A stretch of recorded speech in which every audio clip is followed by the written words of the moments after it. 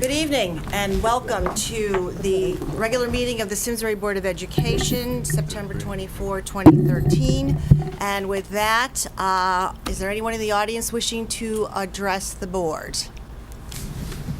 Seeing none, we will move right on to board and administrative communications, and we'll start with our student Jacob. Welcome, Jacob. Thank you. So at all Simsbury schools, we're sort of approaching the 1 month mark, and in the Simsbury High School athletics, football had a big comeback victory against East Hartford on Friday night. I was out of town. The last few seconds of the game, and girls volleyball beat Southington for the first time ever last night.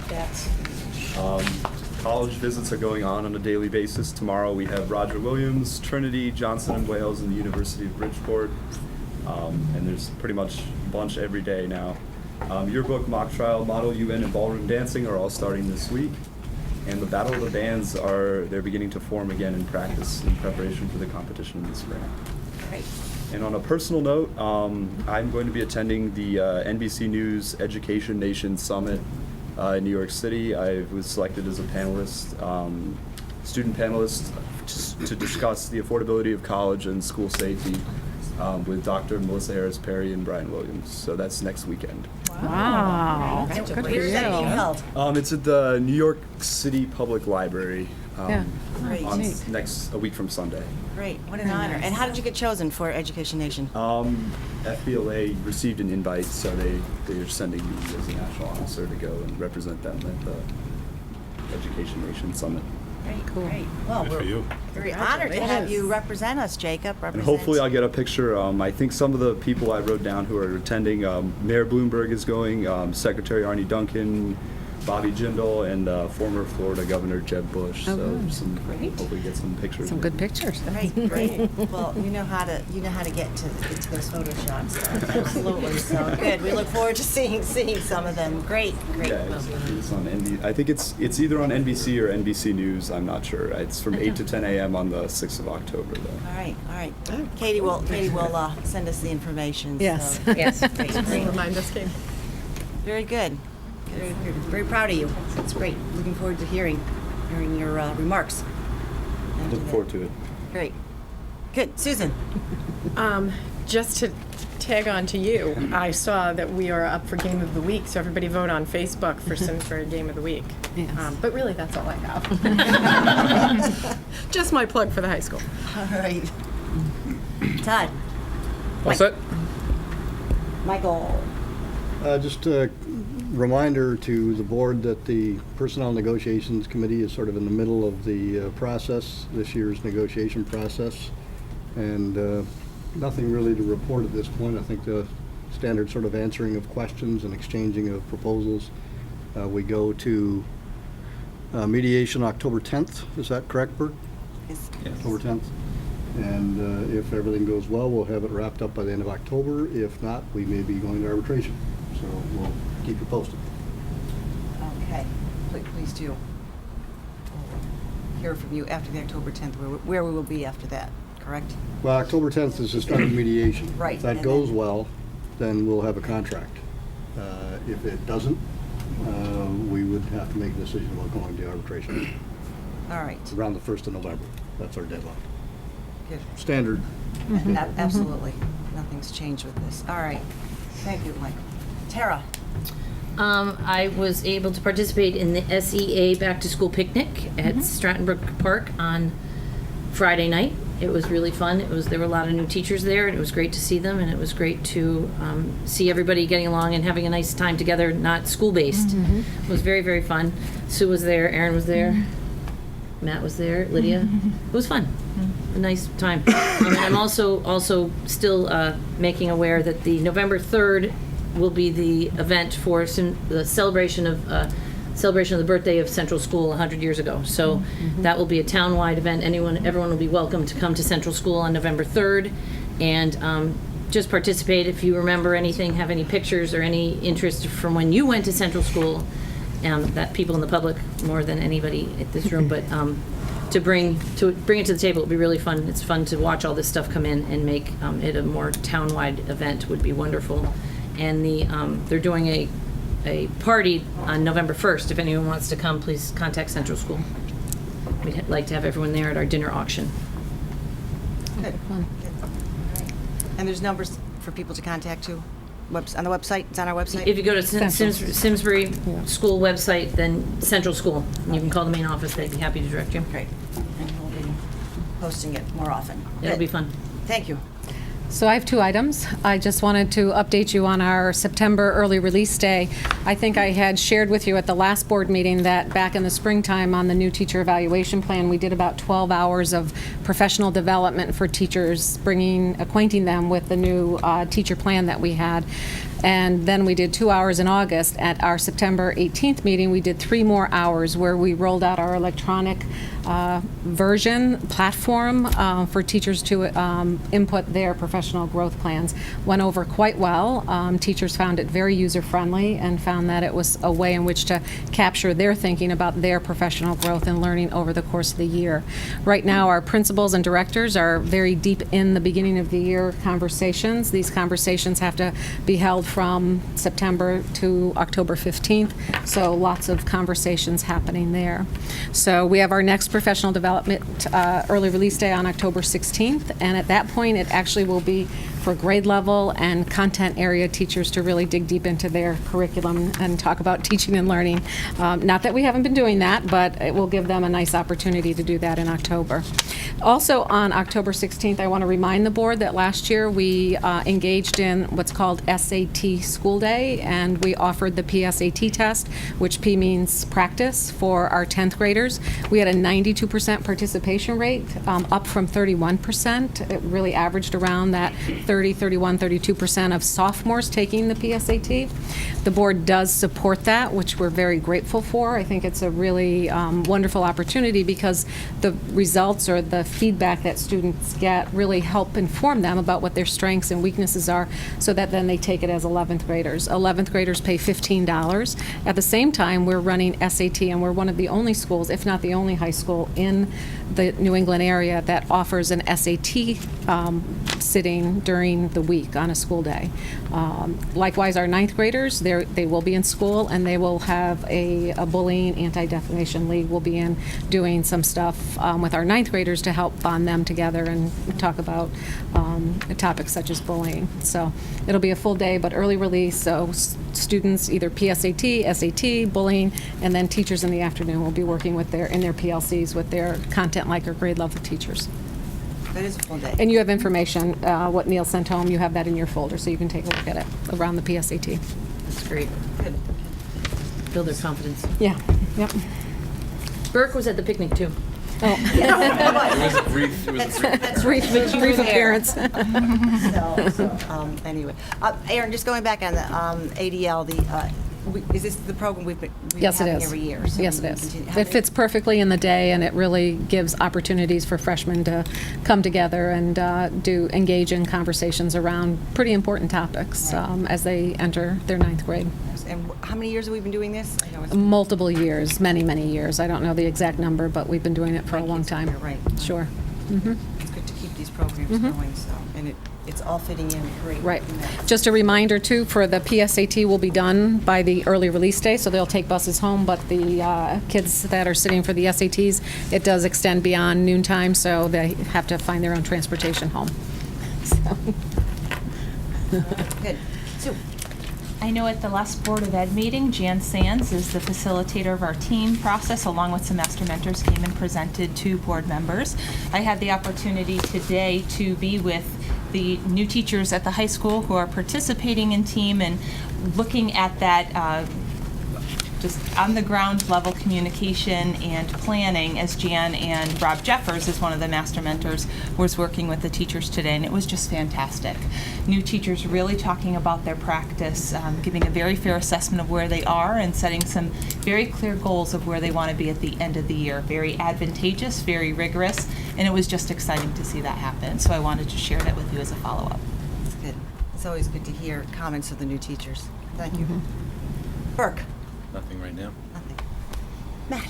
Couple things. I just wanted to add on a bit to what Aaron was speaking to with the teacher evaluation. And say that, it has gone smoothly thus far. I don't want to underestimate the challenge that this mandate and this reform effort has placed on not only administrators and teachers. I know we talked about it quite a bit last year, and why we think some great things will come of it. We really need to, as central office staff, communicate with our principals, especially the next few weeks, as they need to meet with each and every teacher to go over these plans and these series of goals. And just to kind of couch it into some perspectives, for Neil, what that means is 75 individual meetings, 50 for each of his assistant principals, meetings of upwards of 40 minutes. So, it takes, while it's extremely important and it's about the conversation and the dialogue, it takes very busy people offline.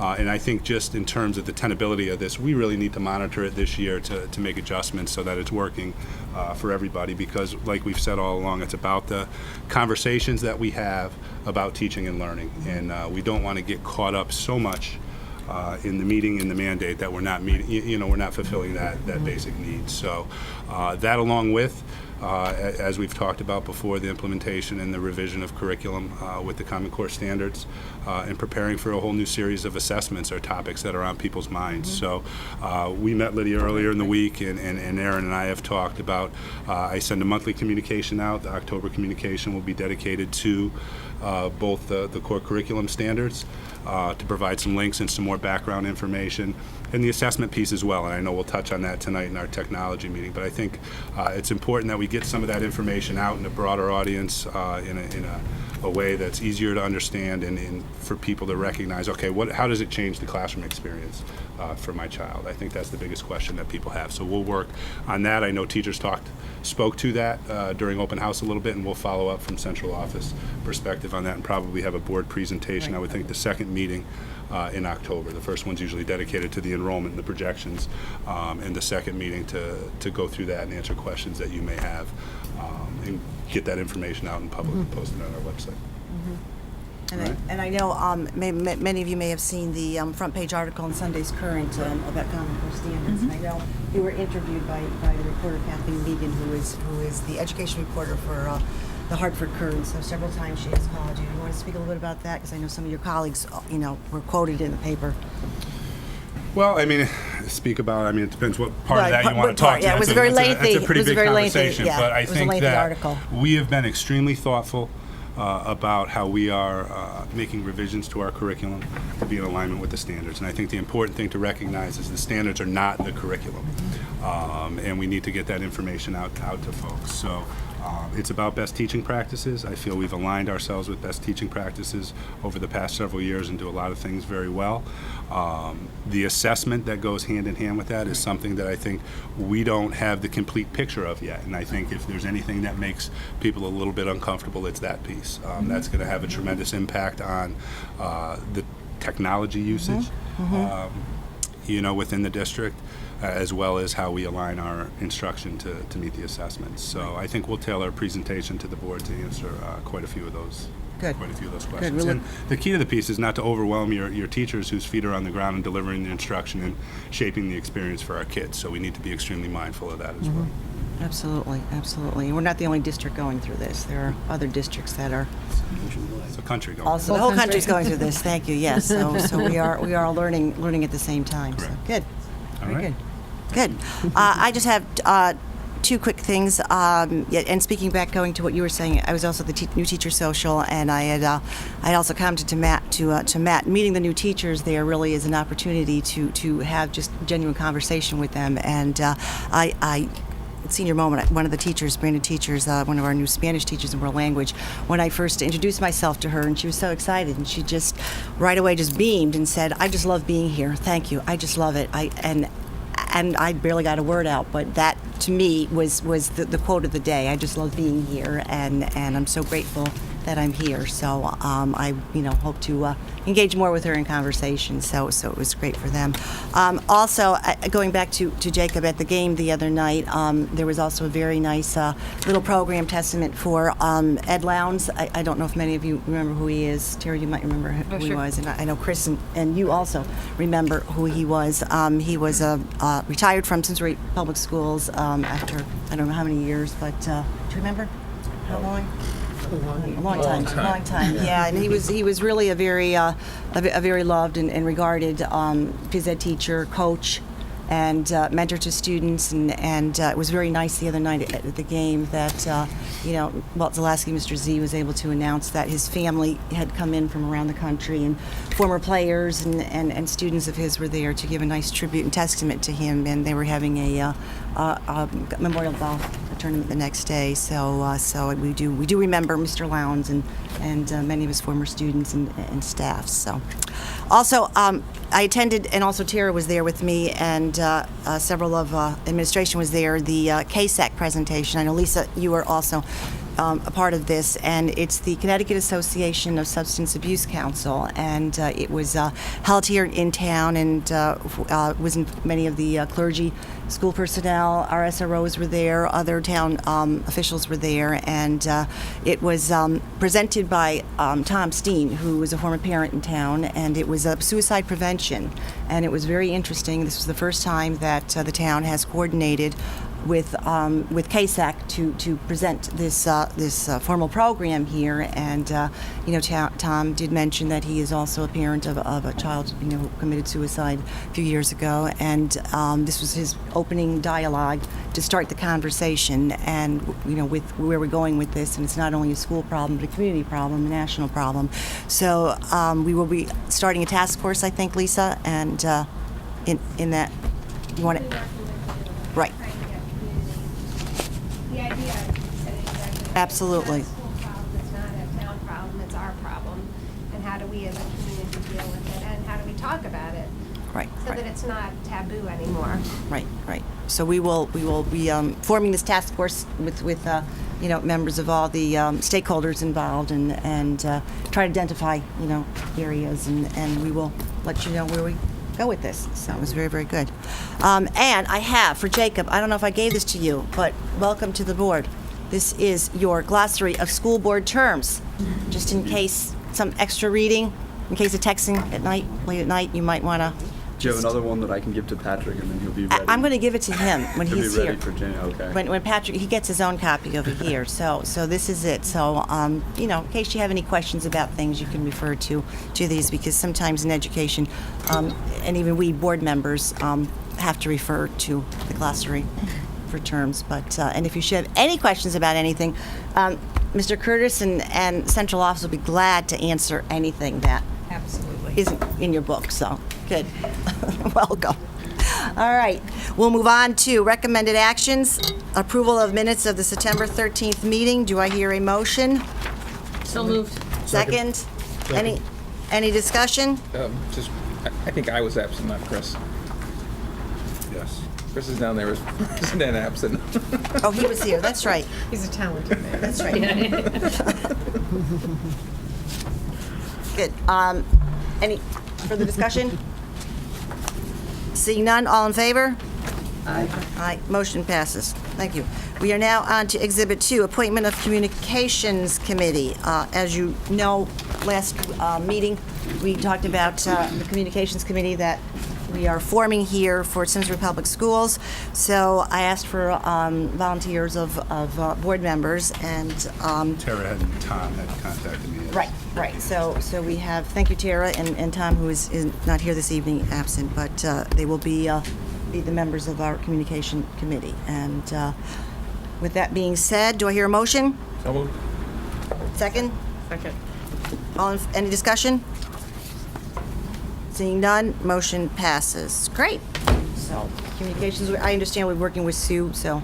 Yep. Good, Martha good. Hogan will be And Martha. very involved. Yep. Great. As we mentioned, the Communications Committee is something that we will, be unveiling, and especially as we move forward with a number of things on our agenda and plate this Yeah, year with Simsbury absolutely. Public Schools. Great. Now, we're on to Exhibit 3, Information and Reports, the School Climate Survey Data Report. And Sue is going to walk us through a brief presentation tonight on that. We talked a little bit about some of the new mandates that came along with the bullying, the new bullying legislation last year.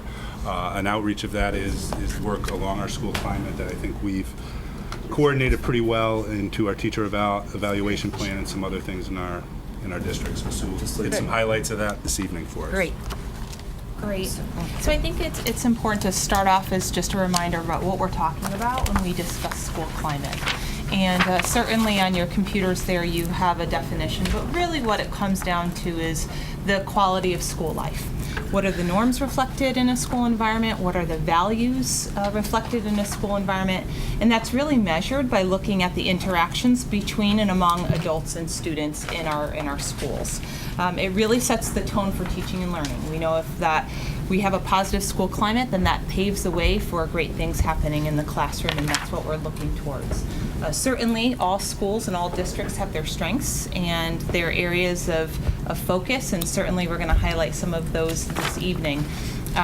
But in doing so, I want to just share with you a little bit about the tool that we used.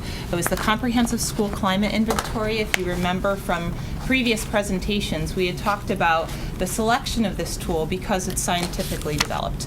We know that it's valid, we know that it's reliable. And just as a reminder, and Matt touched upon this briefly, through legislation, we are required to survey different stakeholders in our school community regarding school climate. What we also liked about this survey is we could use it for two purposes. The legislative purpose of surveying, but also for teacher evaluation. Because if you remember, one of the categories of teacher evaluation is around stakeholder feedback and really developing areas of focus. So we liked this tool because we could use it for both purposes, and you'll see how that's reflected in our work so far. But we really looked at the perceptions of students, of parents and guardians, and of faculty members. And again, this survey is developed by the National School Climate Center, which really focuses their work in these areas. So we're going to take a look at response rates just briefly as a reminder to the board. We surveyed students and parents and guardians of grades 3, 6, 8, and 12. And then we also surveyed all faculty members, not necessarily our non-certified staff, but our certified staff. So these are the range of response rates, and what we were really happy about is although some of the numbers look lower, that actually represents percentages that are statistically significant and actually meet national norms and goals. So thank you for all of those who participated in this survey. If we look at the strengths and focus areas, and again, each school has their own specific report and data that they're using for their planning purposes, but there's really two specific strengths around safety rules and norms, which really speaks to how clear are our expectations around expected behavior, how high are those expectations, and how well do we enforce and reinforce those expectations in our school environments. So those received very high ratings across the district, as well as social supports for students. And when we talk about that, we talk about the quality of peer interactions, not only in that social way, but also to support the academic learning as well. So those were consistently strong across all of these areas. What I want to remind folks of is that those who've completed the survey, it's a questionnaire of about 70 questions. So you had students, parents, guardians, and faculty members answering those questions on a Likert scale. So they will give a statement, usually phrased very positively, and you had to answer either strongly disagree, which would receive a rating of 1, to strongly agree, which is a rating of 5. And then the reports are given back to us really between a negative rating, a neutral rating, and a positive rating. And what I think is very important to note that across the district in all schools, and as for all 7 schools at the aggregate, there were no negative ratings in any one of these areas, which is huge. Our neutral ratings, although not negative, they tended to be in a high neutral and all positive. So again, I'm going to highlight some of those specifics, but I think that's very important to point out. So when I do comment on this area of focus around the sense of social and emotional security, this is defined in the indicator as how students are feeling about inclusivity of not only themselves but others, their perceptions around the environment regarding being made fun of, but it really is this concept of inclusivity. So it's an area of focus, certainly, because it received a lower neutral rating, but nothing was negative. And I do want to point that out because I think that's incredible. In addition, all of the ratings for students in grades 3, 6, and 8 were all positive. They didn't even have any ratings that fell in the neutral category. So again, I think that's pretty significant. On the survey, there's actually 5 main areas that are assessed around safety, around teaching and learning, around interpersonal relationships, the institutional environment itself. It sounds kind of stoic, but it's really around school connectedness and engagement, as well as the actual physical plant of the building. And then there's one final category, which is just assessed for faculty, around leadership and professional relationships. So we talk all the time about collaboration and how important that is, and it really gets to measure part of that, which we were happy to receive that feedback. But again, all positive ratings, grades 3 through 8. But some other general considerations that I wanted to share with the board. Perceptions of our students specifically correlate with matriculation. So again, all fell within positive or neutral ratings, but we could see as students matriculated through our system as a group, they received less positive or more in that neutral rating.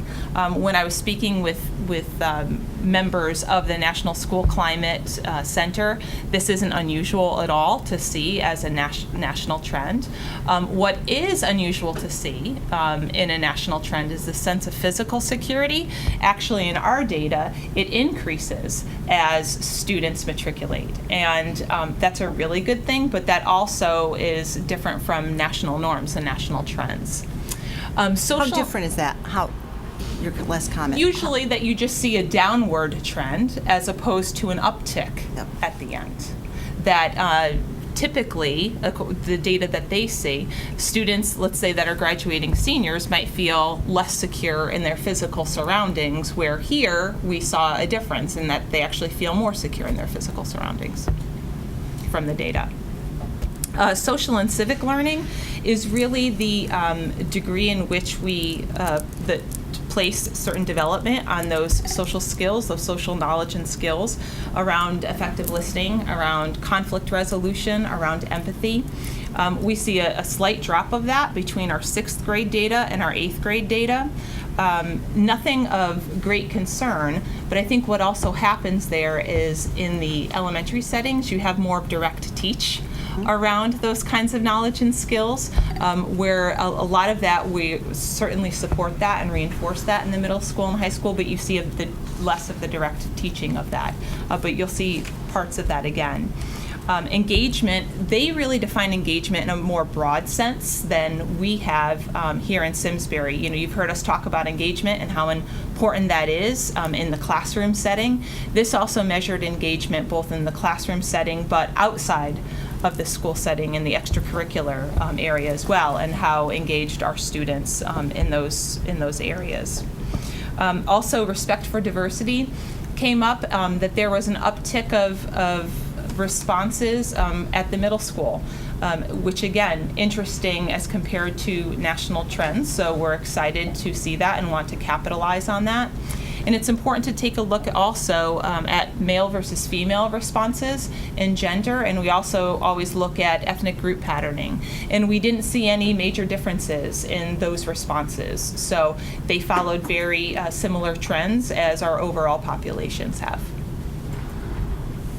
So some trends between groups. If you had looked at the data from students, faculties, parents, and guardians all together in the aggregate, you would see very similar trend lines, which is good. So that means that we're not too far off in our actual perceptions.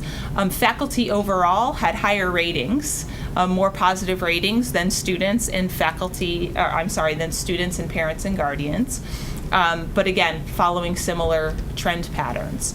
Parents and guardians, as well as students, they were actually closer in their perception. So if you looked at the trend lines, their trend lines were just closer together. Faculty and parents and guardians, they came closer together around areas of physical security. They actually rated that slightly higher than students. Again, all positive, but they rated that a little bit higher, which was interesting. And faculty and students really seemed to come together around their understanding of academic and social supports for students. So it's just interesting data to continuously take a look at and to inform us about, again, where are we and where we want to be, not only in our individual schools, but in the district overall. So, those again were a couple of highlights, but I want to talk just for a couple of minutes about how we're using this data. And again, two purposes, around school climate, but also with teacher evaluation. So in June, the faculty had this data coming back to us, which was also nice. It was a quick turnaround. And they were able to actually go through and mine the data. What was it telling us about where we are and where we want to be? And from there, they developed an area of focus. In most cases, as was the area of focus in the district-wide, this whole idea of the sense of emotional security. And they were really digging deep on what questions were being asked of students and parents and guardians, and then what can we do about it? So in connection with the teacher evaluation, each school developed an area of focus regarding this data, and the teachers are using it to develop action plans or activities that they will commit to, that will focus their efforts, and then again focus these efforts around improving school climate. So I just want to give you an example here. So for Simsbury High School, after their data mine, they really looked at, okay, let's look at this whole idea of social emotional security. And again, that direct teaching about social learning. Again, sometimes we kind of assume that it's there, but how are we going to make a greater commitment to this?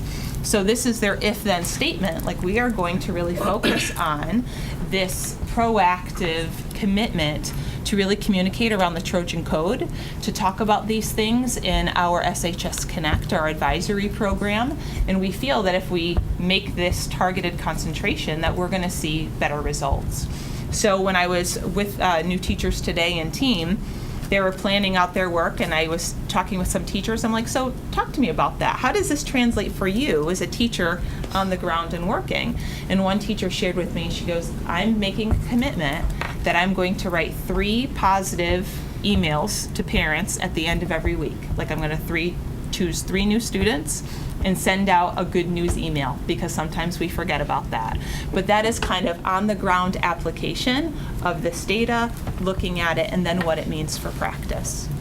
This is another example at Squadron Line, again that theme of social emotional security around really zeroing in on the inclusivity of others. So that is what it looks like kind of at the school level, about using the SHINE program to really increase this inclusiveness.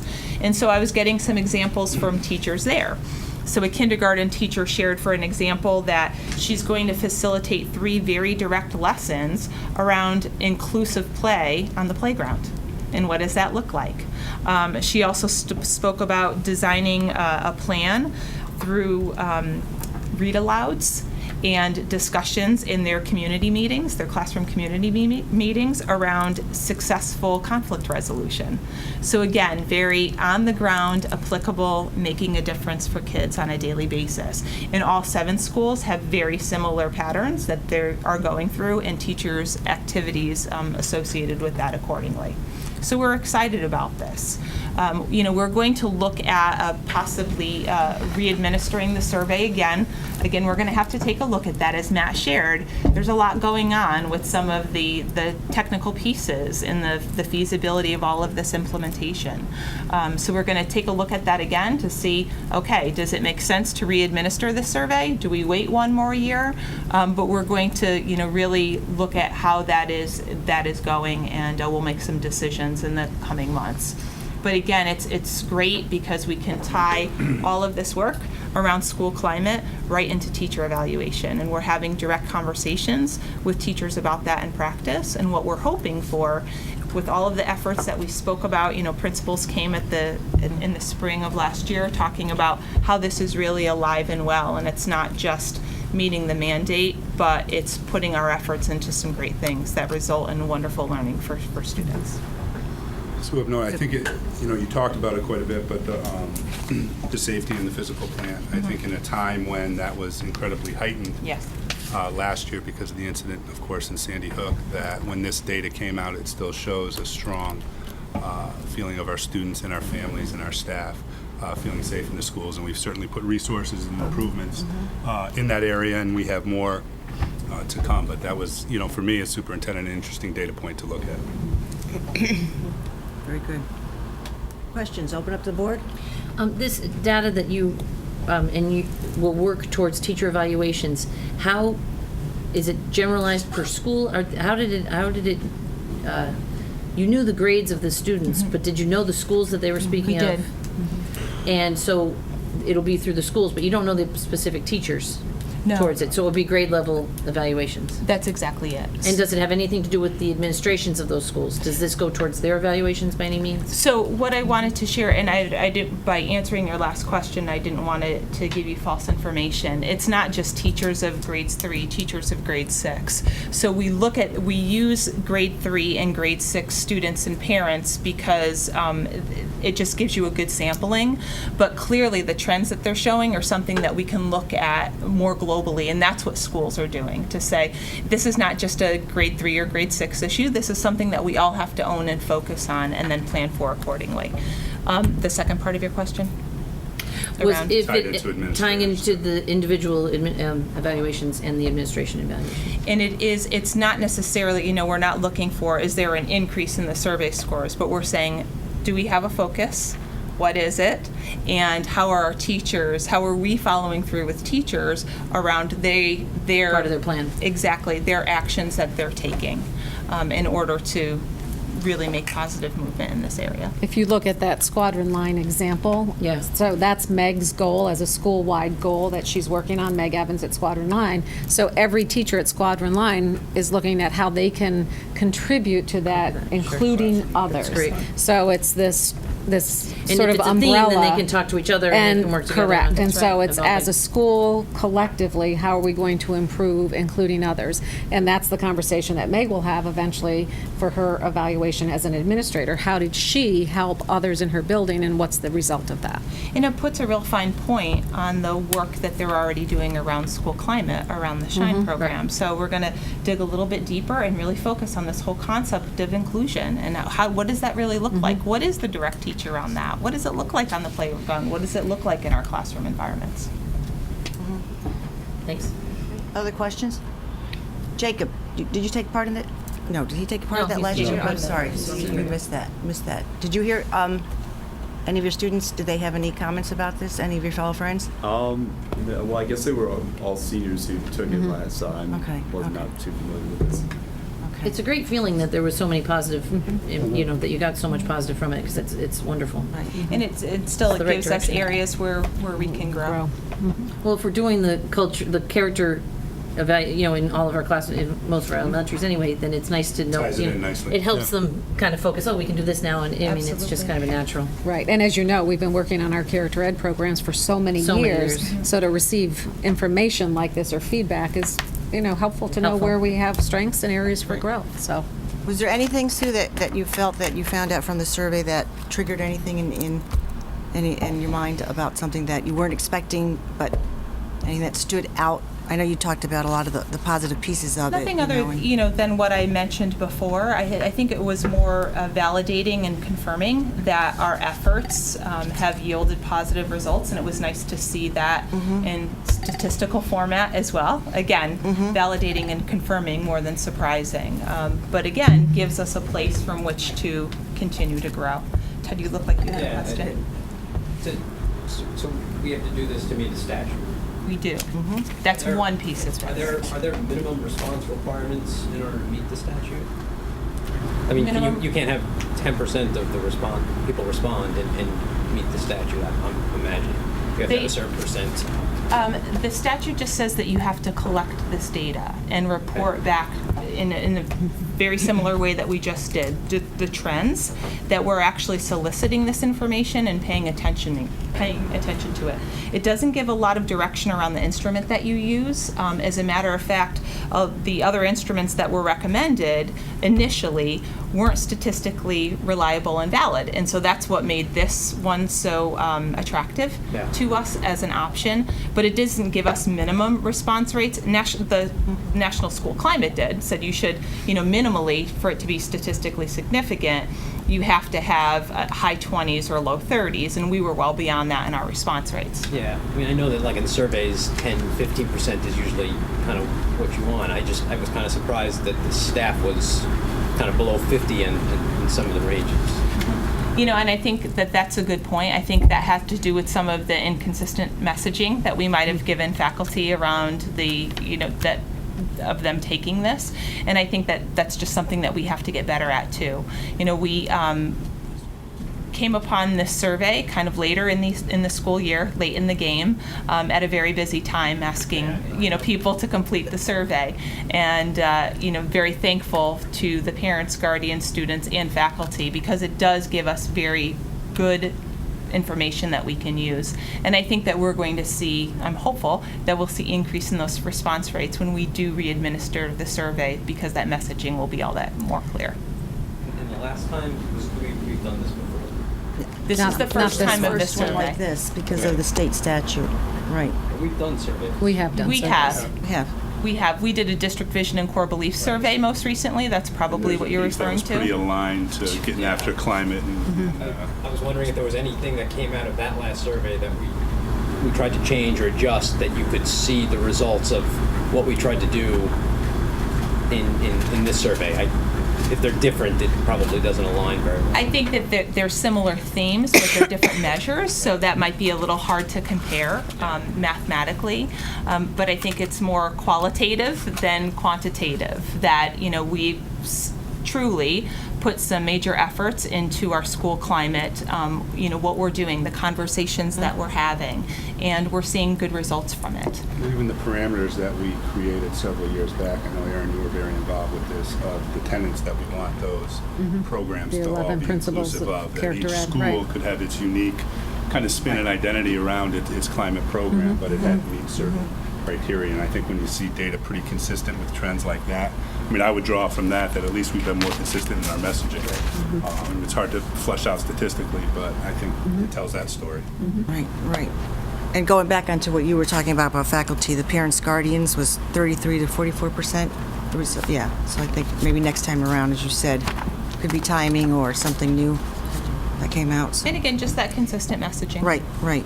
And also, teachers will begin to make connections with their professional growth plans, that this is part of it. We just talked about it in the spring. Now it's really in play, and they'll understand it more, I think, as time goes on. Right. Will you have opportunity to give any feedback to the because it's a national test, correct? Do you have an opportunity as districts to national survey? Excuse me, as district leaders to give feedback on this about the instrument? About the instrument as you're talking about, since We the first actually time have, We actually did. and it was great. We've already done that in the spring, particularly because we had questions from principal perspective, from students' perspective, and from parents' perspective that have shared, like, hey, this is what I liked about it, this is what was cumbersome about it, and the National School Climate Center was very receptive of that feedback and incorporates that into, new versions of the survey, of the assessment. Good. All right. Sounds good. All right. Thank you. Thank you. Wait till the next one. All right. We are now on to Exhibit 5, Technology Initiative, the 5-year plan status report. Great. All right. Okay. You want me to? Go ahead. Okay. So tonight, we have a presentation for you, an overview of Phase 2 of our 3-year comprehensive technology plan.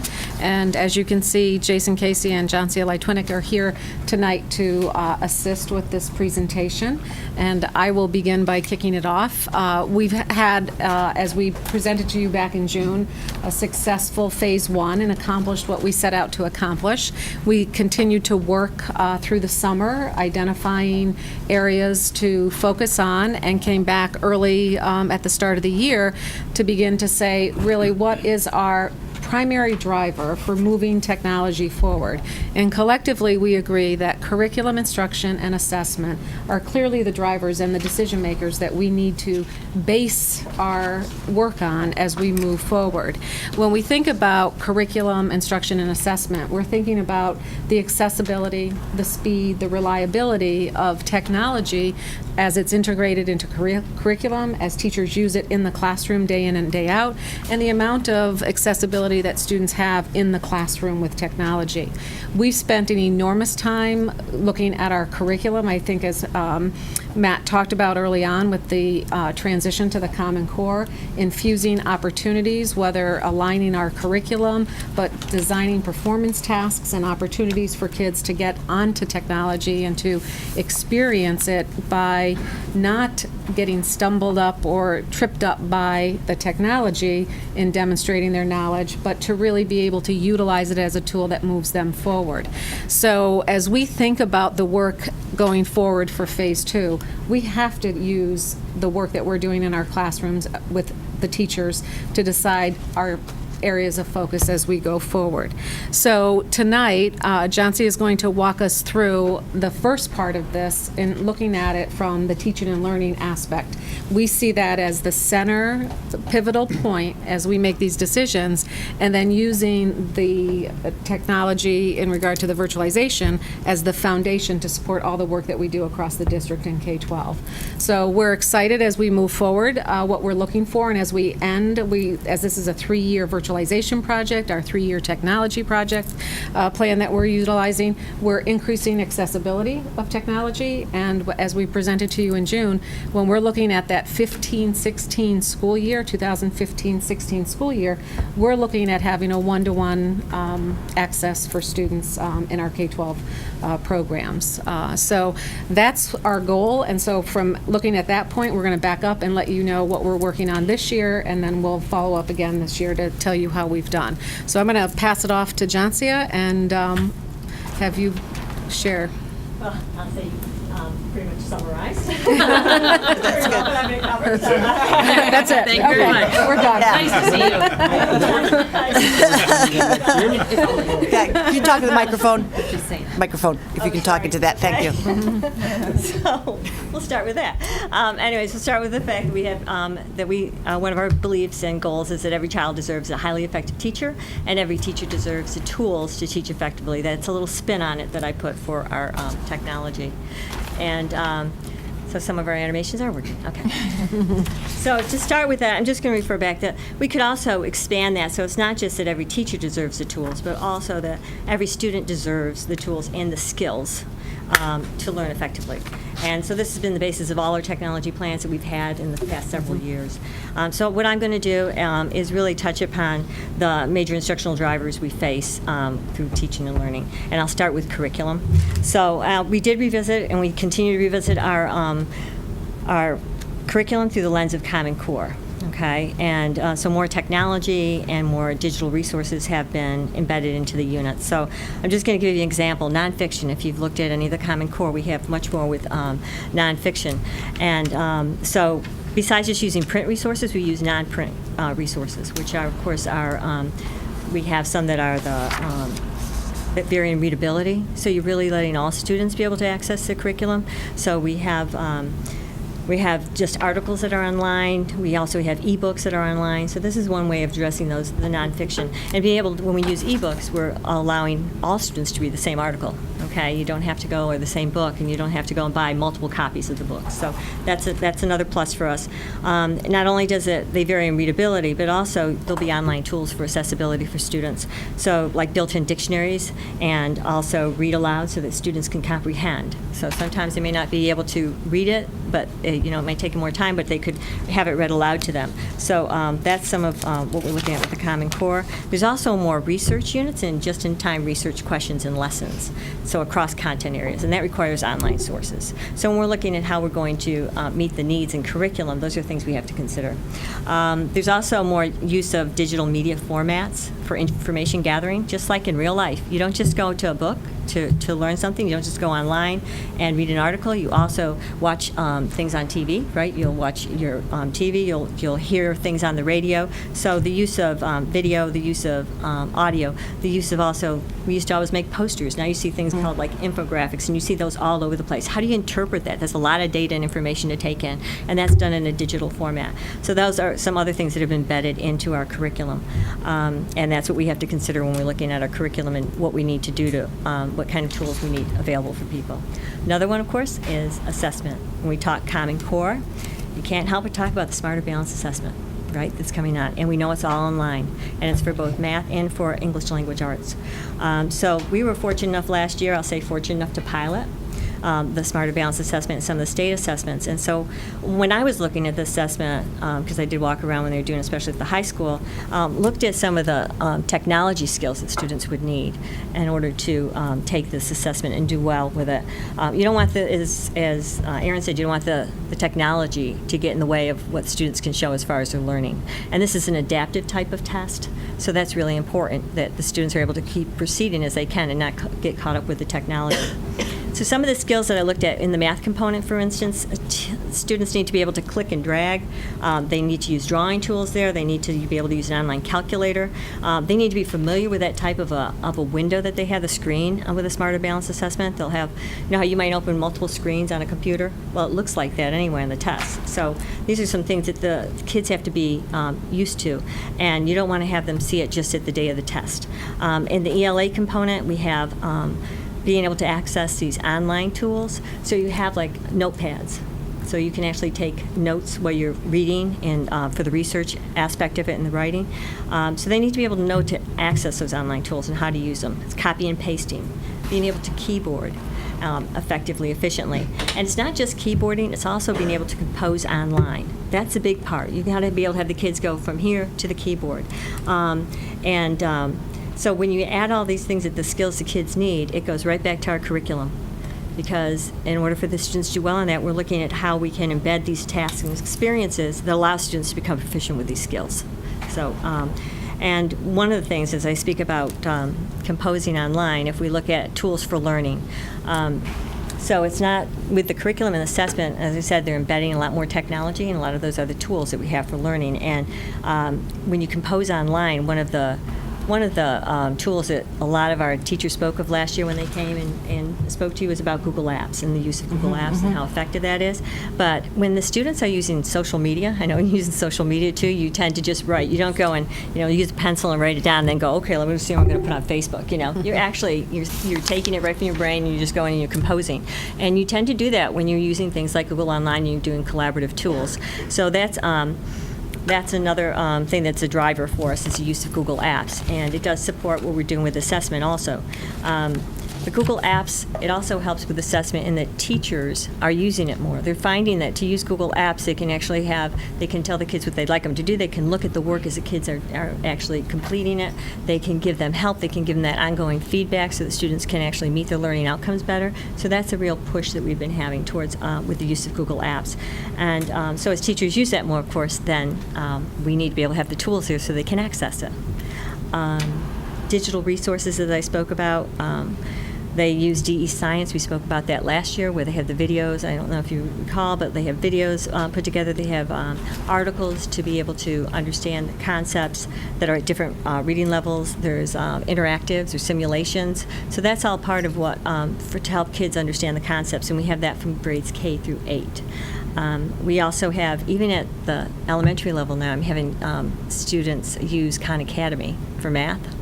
So teachers in 6th grade, for instance, are starting to use that this year, and finding that it helps the students if they missed a concept, they didn't quite get it, they can go back and individualize their instruction and help them catch up on those concepts by watching a video, doing some of the practice problems, and they can gear it towards the students. So that's great. And again, one of the other digital resources I said is really use those ebooks and a lot of our online subscriptions that we have and simulations software that we have too. So those are just some of the tools for learning that we have. And as you can see, they all kind of tie together. They support each other in the teaching and learning. And also some other tools for teaching. We look at what the teachers need, right, to be able to instruct with. We did a big push before with the smart boards and the document cameras, and now we're looking at iPads too. So, but all of that wouldn't really work unless we had the foundation, as Erin said. We need a reliable, accessible network, and that's what we need to be able to support this. Because if you don't have that, it can fall down. So as part of that, what I'm going to speak to are the devices we need to put in the hands of students and teachers so that they have the tools that they need. Jason will speak to the reliable and accessibility of our network through the reliable being our virtualization, accessibility being through the wireless. So I'll start with that. So when we look, one of the things has been an ongoing challenge for us has been to have the tools accessible when they're needed and with less scheduling. That's a real stop for people if they have to wait for the tools to become available to them, especially this is when the time when the kids are studying something and they need to get online, but they can't because they have to wait until the next day to use the tools because that's when they were scheduled in. So it becomes it's an ongoing challenge for us. It becomes even more of a challenge as we keep moving more technology into the curriculum. And with the introduction of online testing in grades 3 through 8 and then also 11th grade next year, it's on the top of our priority list. It has to be. So some of the things that we're looking at, the technology that we are deploying this year, I'm going to cover those with you. That's really what the focus of this is on, is what we're doing to meet these needs with equipment and with the network. So we're deploying 500 Chromebooks, and we will have that finished in about 2 days to the schools. We've delivered them and assigned them to the classrooms in the elementary level, one to each school, except for Squadron Line, which of course is almost like 2 schools in one, so we have 2 carts there. At the middle school and high school, we're deploying 7 carts, and the carts have 25. They're actually a classroom set of Chromebooks, so there's 25 per cart. Can you speak a little louder? I just have the Oh, I'm sorry. fan from outside here. Oh, okay. Keeping the window open. All right. I'm sort of competing. All right. Well, there's 25 Chromebooks per cart for the students. So they are classroom sets. And the nice thing about Chromebooks, why Chromebooks, one of the things is that we can purchase 2 Chromebooks for the cost of 1 laptop. Just about the same cost. And they also, Chromebooks meet the specifications for the Smarter Balance Assessment. So that was one of the things we said as a driver. It meets those. They have a longer battery life. They also have better wireless connectivity because of the wireless card that they have than many of our laptops. So that makes them very good to use. And they're quick on because you're not connecting to the network. Our laptops have to connect to the network and everything else that's involved with that, and the Chromebooks don't. Okay, so that is another reason. But we wouldn't even consider Chromebooks if they, of course, didn't meet the needs of our curriculum. Okay, and they do. We went last year. We did research. We had took some units of study and actually took a Chromebook and tried to see if we could what we could do with the Chromebook. Did it meet all the needs that you had? And so with all the research that we have, all the online work that we do, they really did meet a lot of the workload, especially at the secondary level that students have to accomplish.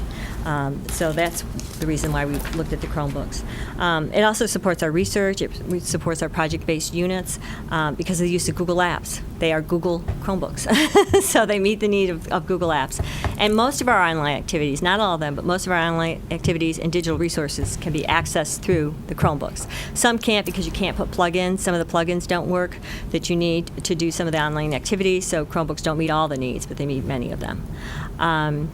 And just so you know that we also have been deploying the Google Apps for over 3 years. When we've had our technology conferences, it's been our main focus, has been the Google Apps. And in the beginning of the school year, I'm happy to say that most of our 5th and 6th graders are already on Google Apps because they made a concerted effort to go down there and have them be able to use it because everyone's excited about using Chromebooks. And you can't use Chromebooks unless you have a Google Apps account.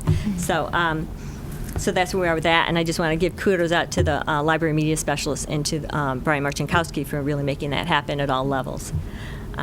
Jancia, can I just ask you, can you just tell me what Google Apps is? Because in my Okay. head, I'm thinking it's a bunch of Okay, Google applications Apps, that they you are like click on. applications, they are. They're smaller applications, but I think last year, I'll just refresh, and we had where our teachers came in and spoke about that it's like having online Microsoft Office almost. You have, So it's Google Docs, It's Google Docs. It's okay. the reason it's Google Apps for Education is because you can do more than just the Google Drive. You can also put in little apps. So as we're deploying the Chromebooks, we're putting in some other apps, like one that's called WeVideo, where you can actually do video on that. That doesn't come with the Google Drive, but it's an application that you can put with that. Okay. And Google Apps also gives you other security, and it gives you a management system that you don't get with a regular Google Drive. So Okay, that's the when they difference. kind of open the Chromebook, they have access to all those Google Yes. apps that they would need to The do ones their that work. we right now are looking at, and we're going to continue to look at other ones too as we deploy these. Okay. Yes. Okay. I just want to catch up to you. No, I'm glad. I'm sorry. I'm just trying to. Okay, so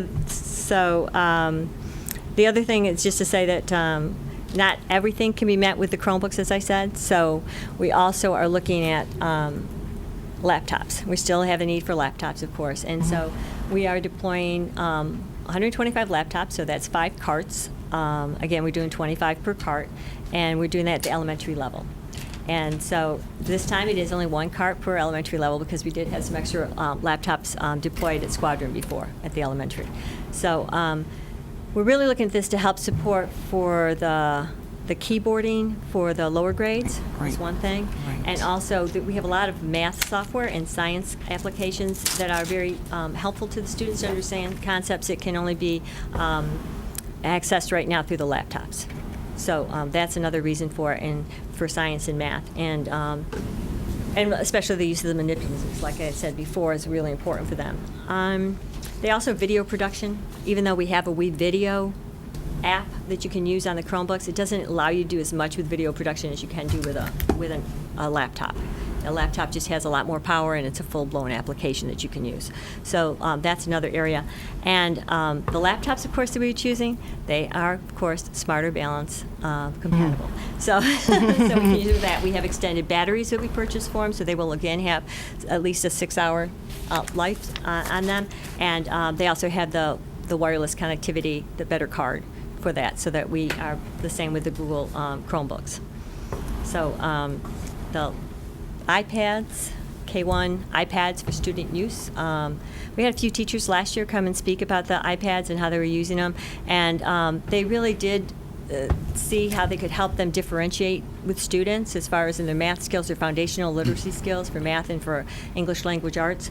And they're also, the nice thing about the iPads for the younger students is the touchscreen. You don't have to worry, they don't have to have those mouse skills, they don't have to have the keyboarding skills, and they can access these apps and start really getting into the learning that they need to do. We find the iPads to be very helpful for the younger grades, and that's nationwide. Anybody who's done any research, that, the K1, there's no question that they can be helpful for that. And I will say this summer we had 19 of our 26 K1 teachers come to a 5-hour work session. And that was great. And they did that, and they were. It was facilitated by our K1 Innovation Subcommittee teachers, and we videotaped much of the session and put it online for them in the faculty portal, along with any handouts that we had, so that they can refer back to it, and also those teachers that were unable to attend could have a reference to it. And the K1 iPads for the students will be out next week, okay, into the classrooms. We had a little delay with our carts. That's what we're waiting on. So they'll be out too. It's going to be a busy month, so getting everything out there. And our last technology deliverable that we're looking at is teacher iPads. Our innovative subcommittee members really, they recommended that we we give these out to teachers, but we're doing it as an application process. That was another recommendation they had, not targeting a certain grade level or a certain, content area, but actually having teachers that are willing and are ready to use these to be able to apply. And they can apply as individuals or they can apply as a team. And then we'll look at those applications. I had hoped to get the application process started in September. We had a lot of other ththings that came up, so it's going to be in October because I want to make sure that we do the right job with this as far as the application process. We will have those out for them, and some people will say, why are we doing iPads when we're doing Chromebooks, right, for the kids? And so I'll tell you. So they do have superior cameras. If anybody has an iPad or an iPhone, the cameras are really nice on those. And a lot of times I refer to my phone as a camera. Where do I put my camera, really, when it's my phone? Because I tend to use it a lot like that. So the fact that you have a camera allows you to go and capture student work. So as we work with our PLCs and you want to bring the work to the table that the students do, you can actually, bring that work. You have it there. You can also share it with others, with other students. Even capturing your practices that you do in your classroom, your instructional practices, to come back to your PLC and share that with other teachers is a very effective tool for them. Also, the apps for creating instructional materials. You can create instructional materials for students with this called Explain Everything, which is available there. You can bring in pictures, you can bring in video, you can record as you want to there. And with the fact that it has a touch screen, you can actually write things in. It just makes it a lot easier to make these instructional materials. And you can walk around the room with it. So as you walk around the room, you can put in your notes for assessment for students.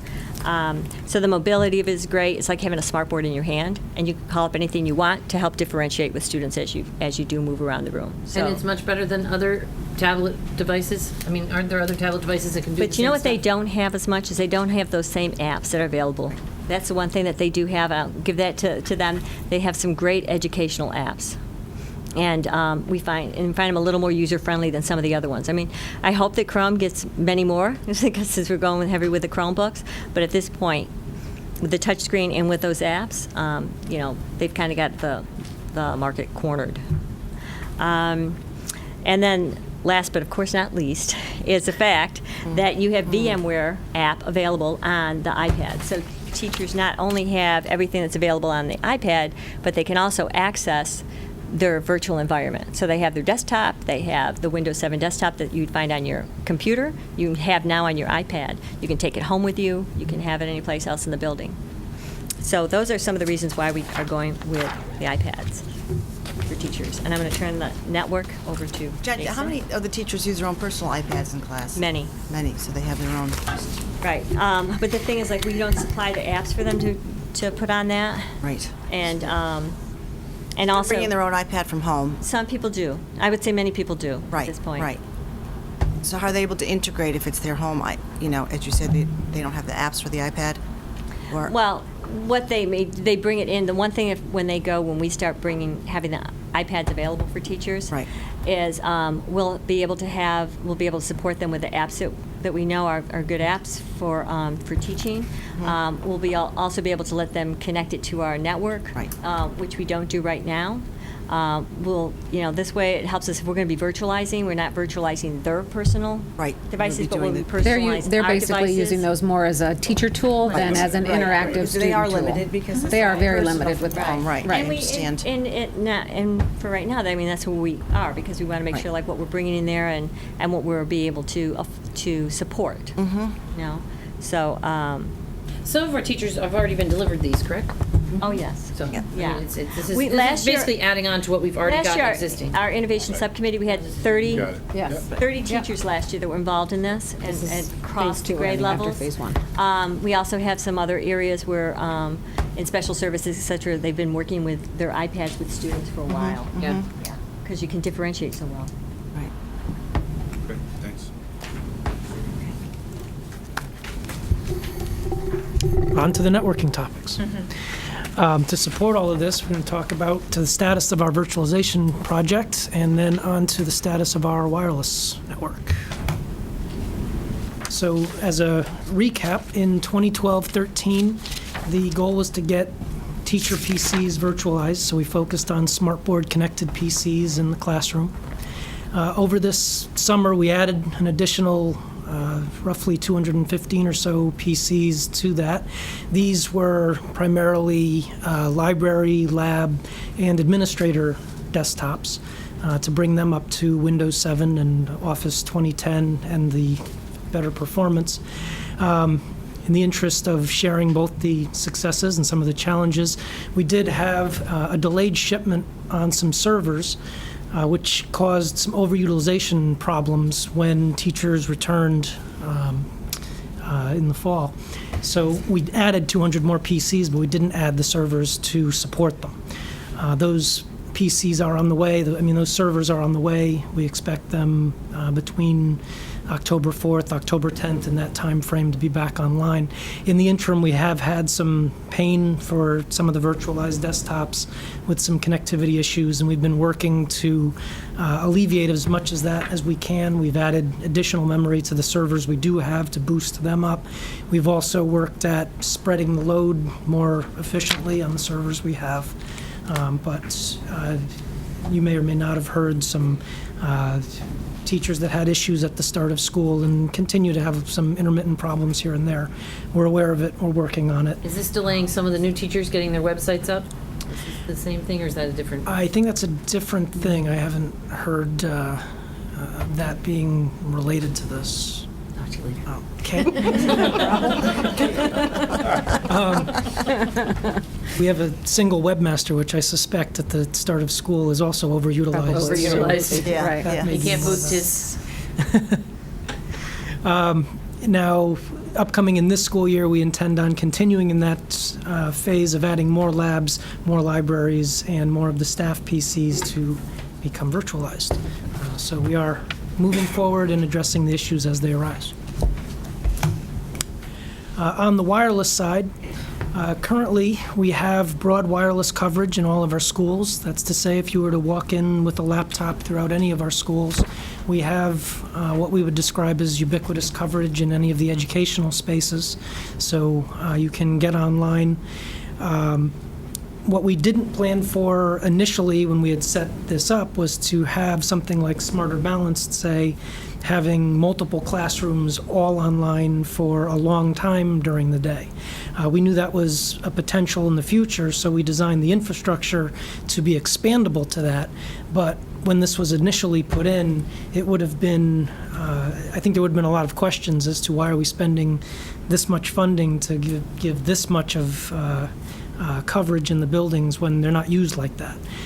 Initially, they were used with the laptop cart being used for a period or so, classroom coming online, coming offline, not that sustained use, that Smarter Balanced, and then as we move into one-to-one is really going to push us towards. So I guess the good news here is the system that we've put in place has the framework that we can expand into our needs, and that's what we're beginning to do. We're adding more access points. We're expanding that coverage to meet those needs that we've been talking about. And to build on that, so it's really talking about accessibility. And to build on that, we have this year in the summer, we did put in for a grant with the state. The state had, they put out a grant to try to address the demands that we have as far as devices and also for bandwidth across the schools to be doing the Smarter Balance assessment. So we put in for that. We haven't heard yet. We're keeping the fingers crossed, and you can do the same. We're hoping that we get it. But that's one of the things that we were looking at is adding more access points is what Jason was talking about. And if we could do that, we'd have that, and also more Chromebooks, more carts, so that we could do the whole third grade across the district at the same time. That's how we're looking at. We're talking right now about. When do you think you're going to hear about the grant? I don't know. I spoke with them last week, so I'm not sure when that's going to come through. It's a state grant. It's a state grant to all districts. They've received them, they're reading them. It's now time to wait. Right. So it's just a waiting game, so you'll know. Don't know. Yeah. I don't know. But anyways, in 2013-14, we had the introduction of our Chromebooks, like we said, district-wide. That's one of our main purchases we're doing this year. What we're doing is we're moving, of course, from 2014-15 to, as Aaron had said, up to 2015-16. We're hoping to become one-to-one district-wide. And really the one-to-one would be more like at our 5th, 6th, moving up grade levels for one-to-one, because we don't need to be one-to-one at the kindergarten, first grade level. So I just wanted to clarify that a little bit when we're saying about one-to-one. Secondary, right. Yep, to the secondary. So that's a broad overview of the way we're making decisions in regard to curriculum instruction and assessment, and those are the drivers, curriculum and assessment, as we think about the work, but also having that reliability, access available to teachers. So the virtualization is an important part of this, as well as the wireless. So I think it's just important, I think you get the feel for it, that it's really responding to two things. I mean, we do have the mandated SBAC technology need that we need to respond to, and then we have the forward thinking, what do we want our instruction and what do we want our curriculum to look like? And I think we need to be very thoughtful and planful of how we can make that as coherent as possible. So we're in process now from, as we get ready, we'll be having our budget conversations before too long to think how we can creatively look at supporting this initiative as we move forward. We're very lucky to have the innovative subcommittee Absolutely. to do all this, because we want all this to last as long as it can, and that's one of the hardest things with technology, is to be able to put in what we need and have it work as long as it can.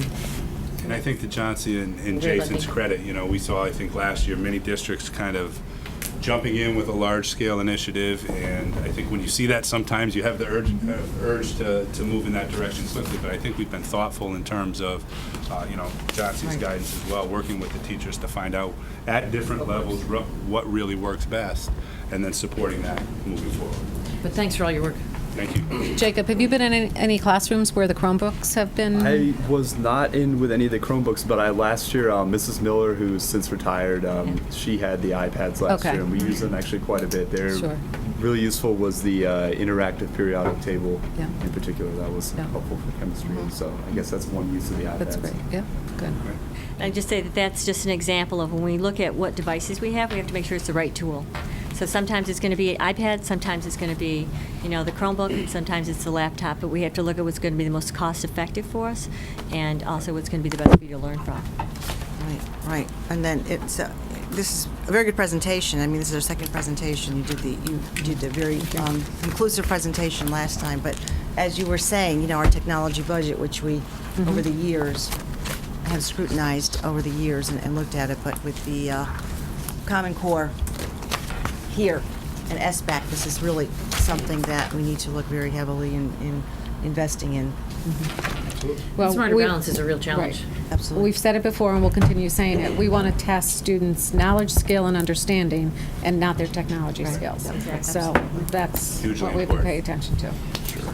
And I will say one other thing is across the state we're looking at this, and so at the Crack Tech Council, just went to a meeting last week, and they have like the skills, like I gave you an overview of some skills, but they actually had like a whole list of the skills that you actually need to have for the technology. Sure. And there's other resources, so we're working with other school districts too, so that we can, work together on this. Thank you. Thank you. I wanted to make one comment also.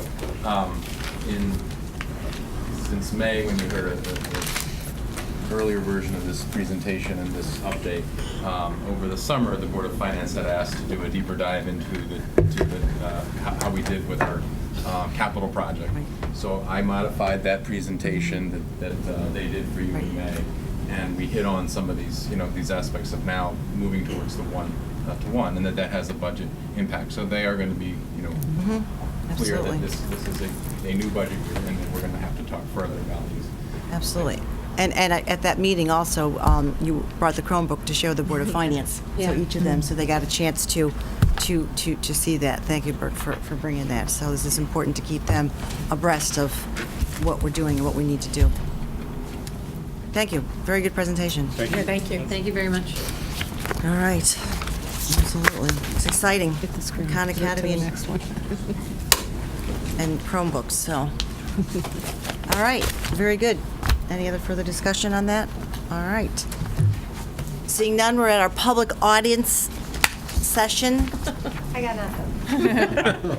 All righty. I don't believe it. With that, I will ask for a motion to move into executive session. So moved. Do I hear a second? Sure. Second. Very good. All right. All in favor? Aye. Very good. And our next meeting will be on October 10th. I'm sorry, it's right here in front of me. Absolutely. 8th. Our next meeting will be on Tuesday, October 8th. Freezing. As opposed to. Yes, it is. All right. Thank you. Good night. Sorry.